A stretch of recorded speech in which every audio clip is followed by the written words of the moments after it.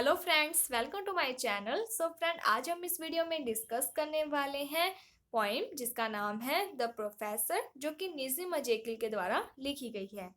ये जो पोइम है वो एक प्रोफेसर की है जो कि जियोग्राफी पढ़ाते थे, लेकिन अब वो रिटायर हो चुके हैं और वो अपने एक फॉर्मर स्टूडेंट से मिलते हैं और उनके बीच में जो भी बातें होती हैं उसी के बारे में इस पोइम में बताया गया है। सो स्टार्ट करते हैं। Remember me and professor said. तो यहाँ पर जो प्रोफेसर हैं वो अपने एक फॉर्मर स्टूडेंट से मिलते हैं और उनसे पूछते हैं कि क्या मैं तुम्हें याद हूँ? मैं प्रोफेसर सेठ हूँ। Once I taught you geography. मैंने तुम्हें जियोग्राफी भूगोल पढ़ाई थी जब मैं एक प्रोफेसर होता था। Now I am retired. लेकिन अब मैं रिटायर हो चुका हूँ। दो माई हेल्थ इज गुड। मेरा जो स्वास्थ्य है वो अच्छा है। अब जो प्रोफेसर हैं वो अपने फॉर्मर स्टूडेंट को अपनी हेल्थ के बारे में, अपनी लाइफ के बारे में, अपने फैमिली के बारे में बताती हैं। My wife died some year back. इसके बाद जो प्रोफेसर वो कहते हैं कि जो मेरी वाइफ है, मेरी जो पत्नी है, वो कुछ सालों पहले उनकी डेथ हो गई है। बाय गॉड ग्रेस, भगवान की दया से, all my children are well settled in life. भगवान की दया से मेरे सभी जो बच्चे हैं वो अच्छी तरीके से सेटल्ड हैं अपनी लाइफ में। One is sales manager. एक मेरा जो लड़का है वो एक सेल्स मैनेजर है। वन इज बैंक मैनेजर और एक बैंक मैनेजर है। बोथ हैव कार और दोनों के पास ही कार्स हैं। अदर ऑल्सो डूइंग वेल और जो दूसरे बेटे हैं वो भी अच्छे सेटल हैं। दो नॉट सो वेल, इतने ज़्यादा भी नहीं। यानी कि जो स्टार्ट पहले दो बच्चे हैं वो बहुत ज़्यादा अच्छे तरीके से सेटल हैं, अच्छी पोस्ट पर हैं, लेकिन जो थर्ड बेटा है वो उतना ज़्यादा वेल सेटल नहीं है जितना कि पहला बेटा।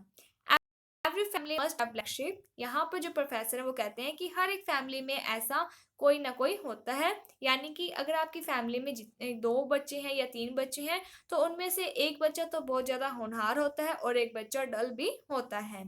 सरला एंड तरला आर मैरिड। इसके साथ उनकी दो लड़कियां थी जिसका नाम है सरला और तरला। वो कहते हैं कि मेरी दोनों लड़कियों की भी शादी हो चुकी है। Their husband are very nice boys. और उनके जो पति हैं वो भी बहुत ज़्यादा अच्छे हैं। यू वॉन्ट बिलीव, तुम विश्वास नहीं करोगे, आई हैव 11 ग्रैंड चिल्ड्रंस, कि मेरे 11 पोता पोती यानी कि ग्रैंड चिल्ड्रंस हैं। How many issues you have? 3। तो यहाँ पर क्या है कि जो प्रोफेसर हैं वो अपने फॉर्मर स्टूडेंट को पूछते हैं कि तुम्हारे कितने बच्चे हैं। इशू का मीन्स यहाँ पर चाइल्ड के लिए आया है। तो यहाँ पर जो फॉर्मर स्टूडेंट है वो कहता है 3। That is good. तो जो प्रोफेसर है वो कहते हैं कि 3 बच्चे हैं, चलो अच्छा है। This are days of family planning. अब के जो दिन है वो फैमिली प्लानिंग के हैं। एंड नॉट अगेंस्ट, मैं इसका विरोध नहीं करता।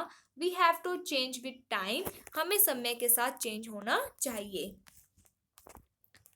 होल वर्ल्ड इज चेंजिंग, ये पूरा संसार है जो वो धीरे धीरे समय के साथ चेंज हो रहा है। इन इंडिया ऑल्सो, भारत में भी। वी आर कीपिंग अप, हमें भी क्या है कि इसी तरीके से चेंज होना चाहिए। अवर प्रोग्रेस इज प्रोग्रेसिंग, इसी से क्या होगा कि जो हमारी प्रगति है वो आगे की तरफ बढ़ती जाएंगी। Old values are going and new values are come, कि जो पुरानी वैल्यूज है, जो पुराने मूल्य हैं, जो भी बातें हैं वो धीरे धीरे क्या है चली जाती हैं और नए नए जो वैल्यूज हैं हम उन्हें अपनाने लग जाते हैं।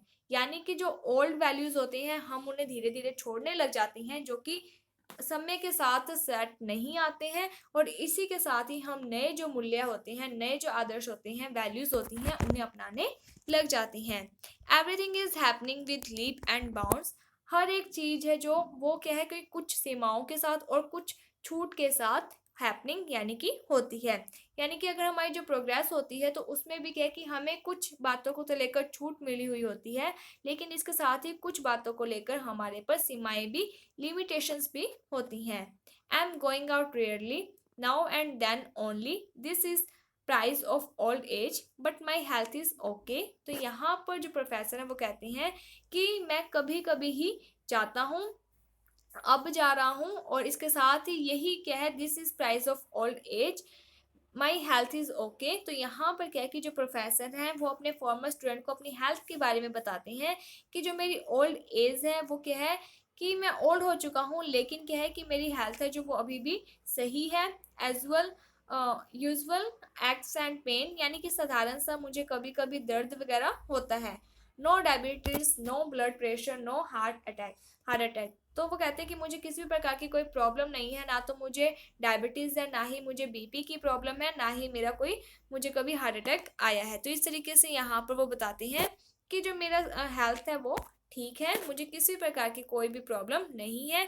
तो जैसे मैं ओल्ड हो चुका हूँ, तो ओल्ड एजेस में क्या है कि बहुत सारी प्रॉब्लम्स होने लग जाती है, लेकिन ऐसी कोई भी प्रॉब्लम मुझे नहीं है। और यही मेरी ओल्ड एज का प्राइस है, यानी कि यही मेरी ओल्ड एज का एक अच्छी बात है।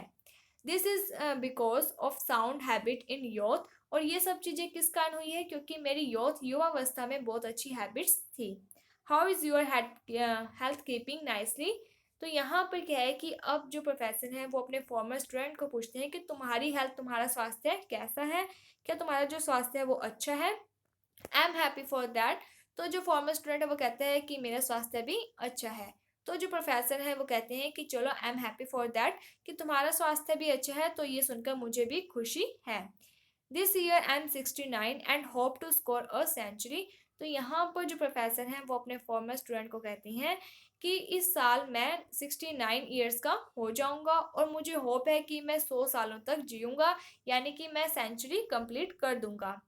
We were so thin like stick. हम क्या है कि धीरे धीरे पतले होते जाते हैं जैसे कि एक छड़ी हो। Now you are man of weight and consequence. कि तुम क्या हो कि अभी तो तुम्हारा वेट है, अभी तुम क्या हो, तुम्हारा जो शरीर है वो अच्छा है, लेकिन जैसे जैसे क्या है ओल्ड होते जाओगे वैसे वैसे क्या है कि हम पतले होने लग जाते हैं जैसे कि एक छड़ी हो। That's good joke. ये एक नॉर्मल सा उन्होंने जोक मारा, यानी कि वो कहने लग जाते हैं if you are going again this side by chance. तो यहाँ पर अपने फॉर्मर स्टूडेंट को प्रोफेसर सर कहते हैं कि अगर तुम बाय चांस यहाँ से फिर कभी जाओ, visit please my हम्बर residence also. तो तुम प्लीज़, यानी कि वो उसको कहते हैं कि तुम मेरे घर पर भी आना, ये मेरी एक हम्बल से रिक्वेस्ट है। रेसिडेंस का मीन्स है कि जहाँ पर वो रहते हैं। I M living just and outside house back side. मैं इसी हाउस के बैक साइड पर रहता हूँ, यानी कि जो हाउस है उसके back side, opposite back side पर क्या है, मैं रहता हूँ।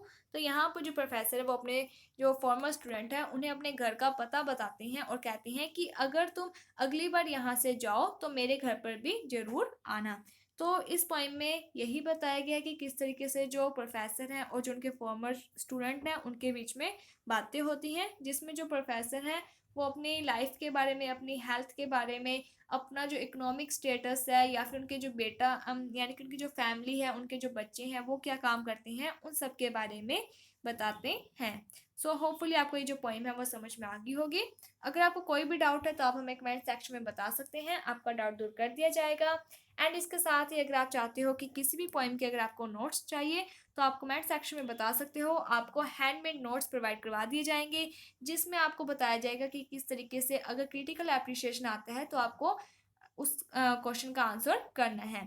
लेकिन वो वाली जो वीडियोस होंगी वो आपके लिए पेड होंगी, उसके लिए अलग से वीडियोस बनाई जाएंगी जो कि अनलिस्टेड कर दी जाएंगी, जिसमें क्या होगा कि वो वीडियो सिर्फ वही देख पाएगा जो कि उसे, यानी कि उसकी जो फीस है उसे पूरी करेगा।